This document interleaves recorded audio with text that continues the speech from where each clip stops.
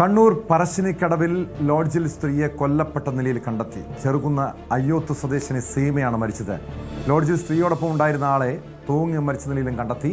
ചെറുകുന്ന് അയ്യോത്ത് സ്വദേശി വിജയനാണ് മരിച്ചത്. മാട്ടൂൽപ്പുഴയ്ക്ക് സമീപമാണ് വിജയന്റെ മൃതദേഹം കണ്ടെത്തിയത്. സീമയെ കൊലപ്പെടുത്തിയ ശേഷമുള്ള ആത്മഹത്യ എന്നാണ് നിഗമനം. സുമേഷ് മൊറാട് ചേരുന്നു കണ്ണൂരിൽ നിന്ന് വിവരങ്ങളുമായി. സുമേഷ്, ഈ ലോഡ്ജിൽ ഒരു സ്ത്രീയുടെ മൃതദേഹം കണ്ടെത്തുന്നു, മരിച്ച നിലയിൽ കണ്ടെത്തുന്നു, പിന്നീട് അവർക്കൊപ്പം ഉണ്ടായിരുന്ന ആള് ജീവനെടുക്കുന്നു. ഇത് കൊലപാതകത്തിന് ശേഷമുള്ള ആത്മഹത്യ എന്ന് തന്നെ പോലീസ് ഉറപ്പിക്കുന്നുണ്ടോ? ടോം, അത്തരമൊരു സ്ഥിരീകരണത്തിൽ തന്നെയാണ് ഇപ്പോൾ പോലീസ് ഉള്ളത്. അത് എന്നാൽ അതിനൊരു പൂർണ്ണമായിട്ടുള്ള തീരുമാനം വരണമെങ്കിൽ ഇതിന്റെ ഒരു പോസ്റ്റ്മോർട്ടം റിപ്പോർട്ട് ആവശ്യമുണ്ട്. ഏതായാലും അത്തരം പ്രാഥമികമായിട്ടുള്ള ഒരു അന്വേഷണത്തിൽ അത്തരം ഒരു കൊലപാതകമാണ് എന്നുള്ള കാര്യത്തിൽ ഏകദേശം പോലീസ് എത്തിച്ചേർന്നിട്ടുണ്ട്.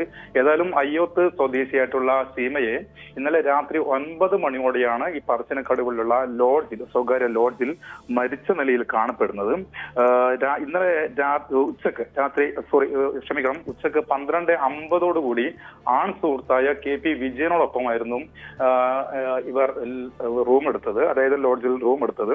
തുടർന്ന് 6 മണിയോടുകൂടി KP വിജയൻ മുറി പൂട്ടി പുറത്തേക്ക് പോവുകയും പിന്നീട് കാണാതെ വന്നപ്പോഴാണ് ലോഡ്ജ് ജീവനക്കാർ അന്വേഷണം നടത്തുന്നത്. തുടർന്നുള്ള റൂമിലെത്തി നോക്കിയപ്പോഴാണ് ഈ സ്ത്രീ മരിച്ച നിലയിൽ കാണപ്പെടുന്നത്. ഉടൻ തന്നെ പോലീസിൽ വിവരം അറിയിക്കുകയായിരുന്നു. ഉടൻ തന്നെ തൽപ്പം പോലീസ് സ്ഥലത്തെത്തുകയും ചെയ്തു.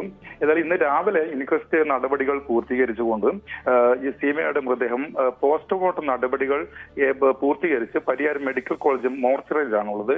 ഏതായാലും ഈ ആൺ സുഹൃത്തുമായിട്ടുള്ള ബന്ധം എന്താണെന്നുള്ള കാര്യത്തിൽ പോലീസ് ഇതുവരെ അത്തരം ഒരു അന്വേഷണത്തിൽ ലഭ്യമായിട്ടില്ല. എന്താണ് ഇവരും തമ്മിലുള്ള ബന്ധം എന്നുള്ള കാര്യത്തിൽ ലഭ്യമായിട്ട്. എന്തായാലും ഇവർ തമ്മിൽ സുഹൃത്തുക്കളാണ്. സാമ്പത്തികമായിട്ട് കൊലപാതകത്തിന് കാരണമെന്ന് വ്യക്തമായിട്ടുണ്ടോ?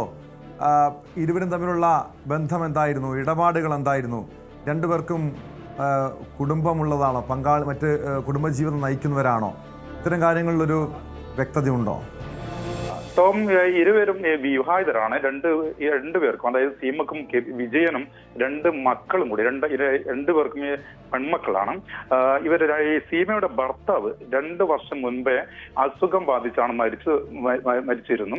എന്നാൽ ഇവർ തമ്മിൽ സാമ്പത്തികമായ ഇടപാട് ഉൾപ്പെടെ ഉണ്ട് എന്നുള്ളതാണ് പോലീസ് മനസ്സിലാക്കുന്നത്. എന്തായാലും ഇവർ തമ്മിൽ നല്ല പരിചയത്തിലാണ്. അത്തരം ഒരു ബന്ധം ഇവർ തമ്മിൽ ഉണ്ട് എന്നുള്ള കാര്യം ഏകദേശം പോലീസിന് വിവരം ലഭിച്ചിട്ടുണ്ട്.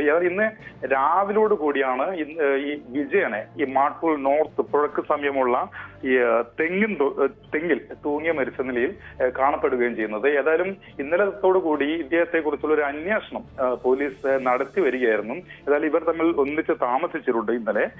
അതിനുശേഷമാണ് ഇത്തരം ഒരു സ്ത്രീയെ മരിച്ച നിലയിൽ കാണപ്പെടുന്നത്.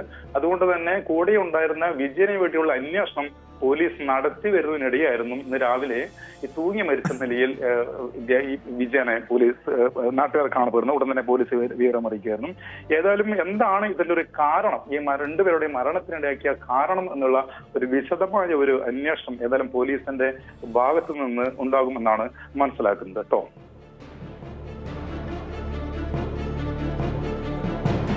തീർച്ചയായും. അതോടൊപ്പം സുമേഷ്, ഇവര് എപ്പോഴാണ് ആ ലോഡ്ജിലെത്തിയത്?